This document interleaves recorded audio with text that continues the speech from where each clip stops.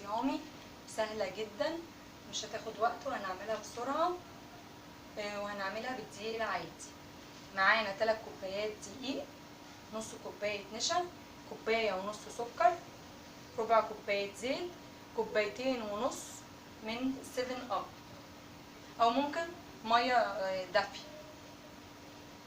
ومعانا فانيليا، معلقه كبيره من المحسن الجل، معلقه صغيره خل، معلقه كبيره من الكيك شيب هي السايده. هنحط كوبايتين ونص السفن، وربع كوبايه الزيت، كوبايه ونص السكر،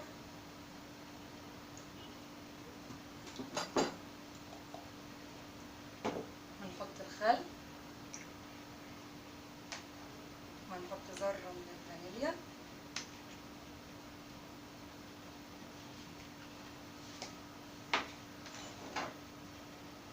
وهننزل بالمحسن الجل المعلقه الكبيره.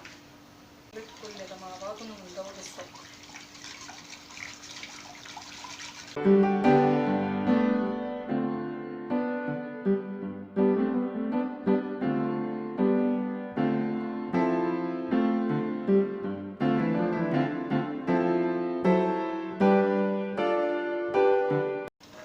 دلوقتي هننزل بالدقيق عليه النشا، هنحط معلقه من الكيك شيب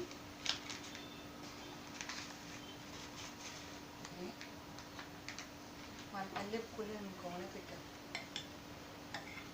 انا هعمل كيكه تاني بالكاكاو زي مقادير دي بالظبط، بس هنحط بدل 3 كوبايات دقيق هيبقى كوبايتين ونص دقيق ونص كوبايه كاكاو، وكل المقادير الباقيه زي ما هي.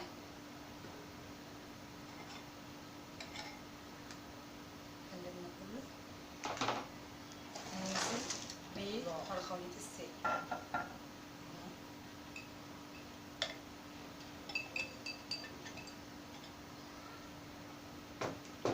وهنقلب كل ده. ممكن نعمل الحاجات دي كلها في الخلاط.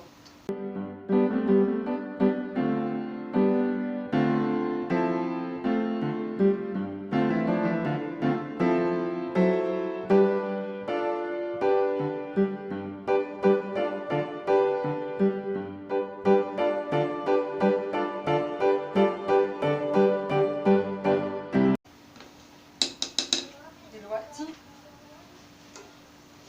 معايا الحله مقاس 24 او 26، وهندهنها بالزيت ونرشها بالدقيق، وهننزل بالخليط ده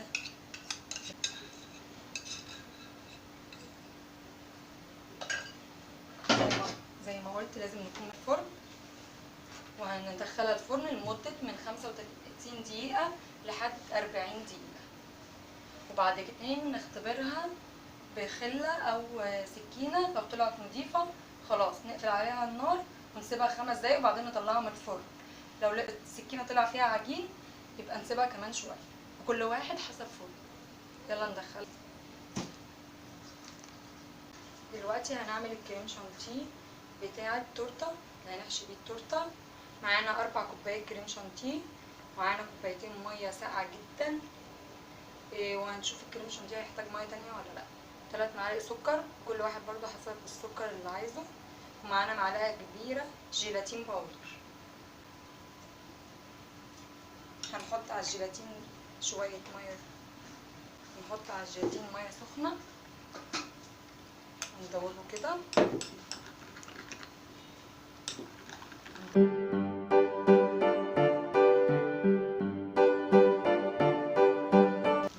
هنسيبه بجنب. هنحط في بوله كريم شانتيه،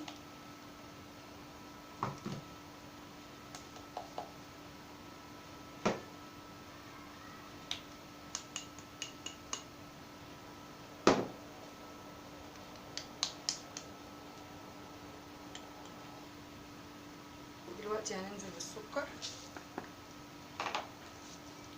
وهننزل بكوبايه ونص ميه، ومعنا النص التاني لحد ما نطلع.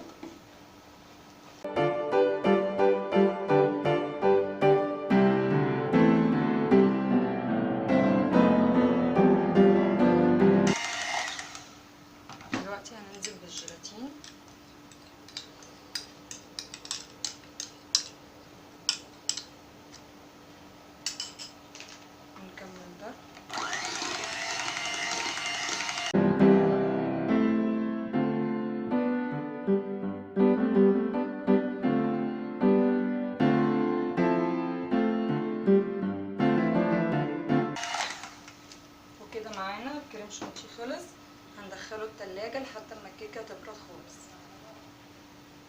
وده يا جماعه الكيك بعد ما طلع من الفرن وبرد خالص بقى بالشكل ده. انا قلت لكم عملت كيكه بالكاكاو وكيكه فانيليا. دلوقتي هنقسم كل كيكه لطبقتين.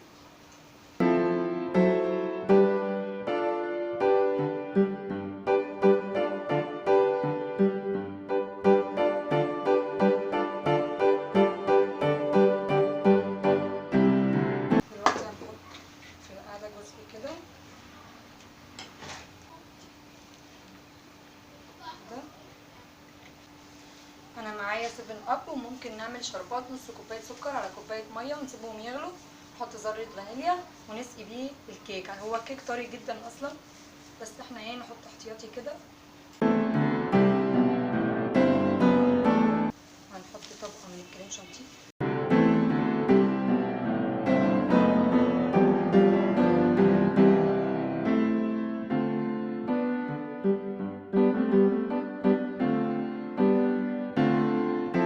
معانا كريز، نحط شويه كده جواها كريز. ممكن نحط اي مكسرات زي ما تحبوا. مش هنحط كتير قوي عشان احنا لسه هنحط عليها صوص.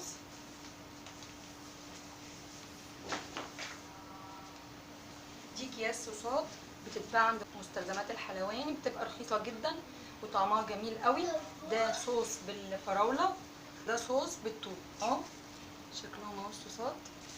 ممكن نحط كده جواهم هيبقى طعمه حلو قوي.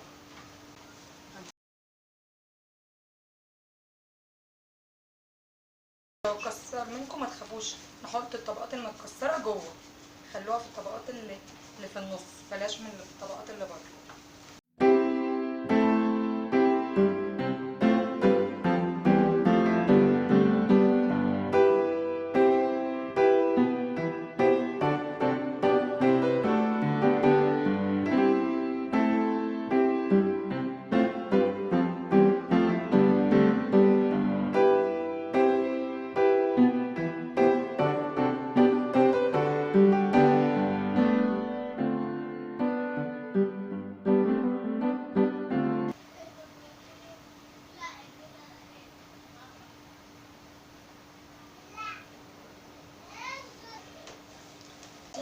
هنحط الطبقه دي، هنسقي الطبقه دي.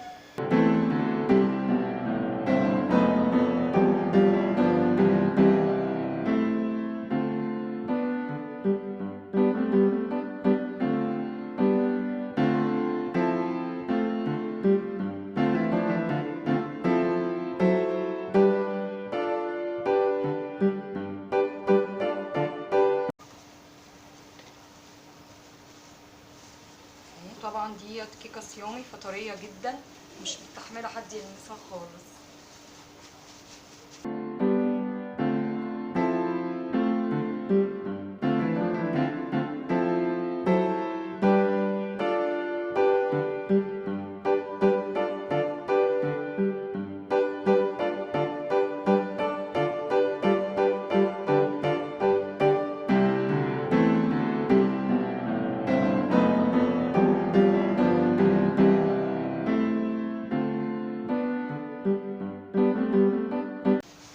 دلوقتي معايا ديت، او ممكن تجيبوها من عند مستلزمات الحلواني برضو بتتباع.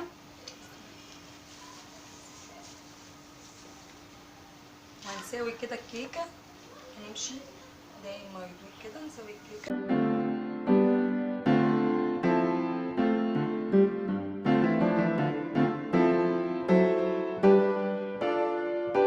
ندخلها بقى التلاجة وبعدين نكمل سواق التورته. دلوقتي التورته بعد ما سيبناها في الفلاجة لحد ما الكريم شانتيه يتمسك عليها، معانا شوكولاته مسيحينها على حمام مائي، حطيتها في كيس تلاجة وخرمتها خرم من قدام. وهنعملها على طرف التورته كده لفات كده اهو بالشكل ده اهو الشكل ده.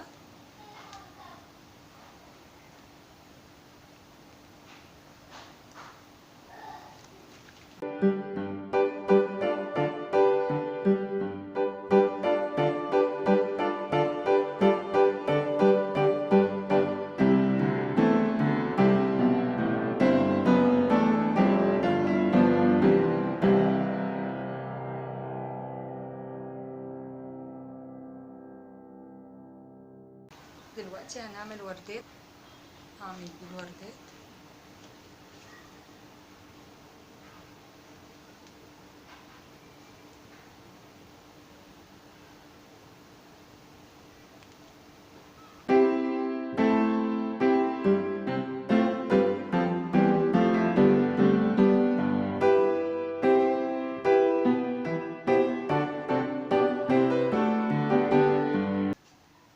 دلوقتي نعمل وردات كده هنا.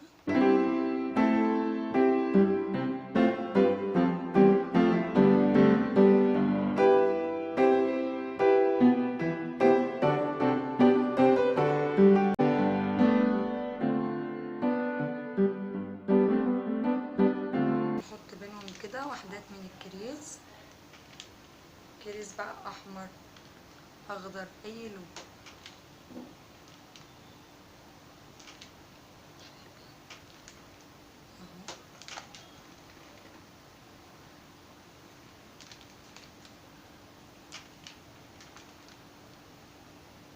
بالشكل ده.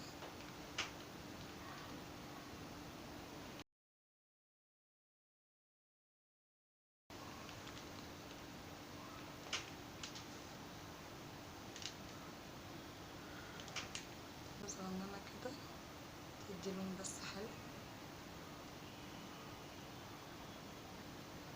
دلوقتي نعمل صوص زجزاج كده، او ممكن نحط شوكولاته مبشوره، اي حاجه هنا. الذواق ده براحتك خالص. ممكن نعمل بقى زجزاج من الشوكولاته كده.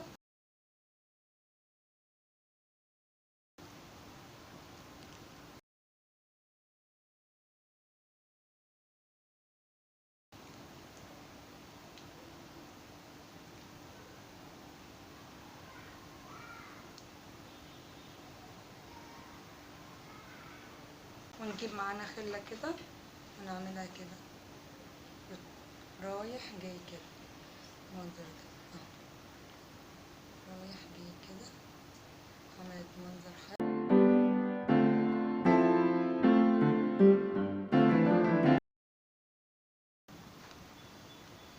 نحط عليها الكريم. دلوقتي بعد ما خلصناه تعالوا نقطع قطع كده ونشوف شكلها من جوه.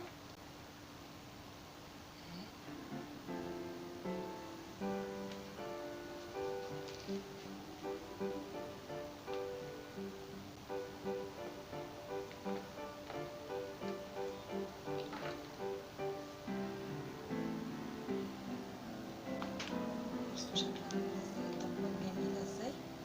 بصوا المنظر، بصوا شكلها روعه. متنسوش لو عجبكم الفيديو متنسوش تعملوا لايك، تشتركوا في القناه وتفعلوا زر الجرس عشان يوصلكوا كل جديد. باي باي.